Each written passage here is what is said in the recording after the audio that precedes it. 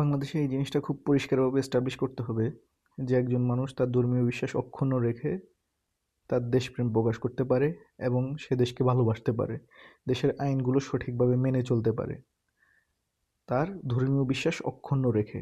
এটা আবার মনে করিয়ে দিচ্ছি, একজন মানুষ মনে করতে পারে তার ধর্মীয় আন্ডারস্ট্যান্ডিং অনুযায়ী, সে ধর্মকে যেই দৃষ্টিভঙ্গিতে পড়াশোনা করেছে, ধর্ম নিয়ে তার যেই বুঝ, সে ধর্মের যেই মানহাজ মাজহাব মেনে চলে, তাতে একটা জিনিস নিষিদ্ধ হওয়ার পরেও সে রাষ্ট্রীয় আইনের কারণে সেটা মেনে চলতে বাধ্য হয়, কিন্তু সে ওটাকে নিষিদ্ধ মনে করতে পারে মনে। কারণ বাংলাদেশে এরকম অনেক কিছু আছে যেটা আইন অনুযায়ী সেদ্ধ, কিন্তু এটা ধর্মীয় বিশ্বাস অনুযায়ী সঠিক নয়।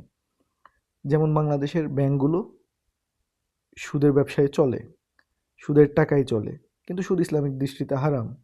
তারপরেও বাংলাদেশের বেশিরভাগ মানুষ ব্যাংকে লেনদেন করে। তো তাদের ধর্মীয় বিশ্বাস অক্ষুণ্ণ, তাদের ধর্মীয় এটা বিশ্বাস করতে হয় না তাদেরকে যে না সুদ বৈধ, সুদ অবৈধ মনে করেই তারা ব্যাংকে লেনদেন চালাইতে পারে। একইভাবে একজন মানুষ মনে করতে পারে যে হচ্ছে শহীদ মিনারে ফুল দেয়া হারাম, নিষিদ্ধ বা শিরক, কিন্তু তারপরেও সে রাষ্ট্রের নীতির কারণে, বেশিরভাগ মানুষকে আপসেট না করতে চাওয়ার কারণে সে ওখানে যেতে পারে, ফুল দিতে পারে।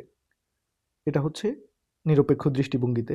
কিন্তু শরীয়তের দৃষ্টিভঙ্গিতে ভিন্ন হতে পারে। একজন মানে ইসলামিক দৃষ্টিভঙ্গিতে কেউ একজন আরেকজন আলোচনা করতে পারে যে কোরআন হাদিস দিয়ে আলোচনা করতে পারে, না শহীদ মিনারে ফুল দেয়া শ্রদ্ধা নিবেদন করাতে কোনো সমস্যা নাই। কিন্তু একজন মানুষের তো বিশ্বাস, সে তার নিজের পড়াশোনা থেকে বুঝতে পারছে যে না এটা দেয়াতে সমস্যা আছে, যার তারপরেও সে দিচ্ছে কারণ সে রাষ্ট্রীয় কাঠামোর সাথে জড়িত বা রাষ্ট্রের যে কোনো মানে গুরুত্বপূর্ণ দায়িত্বে আছে। তো এই বিষয়গুলো আমাদেরকে খুব পরিষ্কার থাকতে হবে, বা হচ্ছে আমাদের সমাজে এটারে খুব সহজ করতে পারতে হবে যে হচ্ছে কি একজন মানুষ তার ধর্মীয় বিশ্বাস একটা জিনিসের এগেনস্টে থাকার পরেও সে সেটা মেনে নিচ্ছে শুধুমাত্র কারণ সেটা রাষ্ট্রীয় আইন।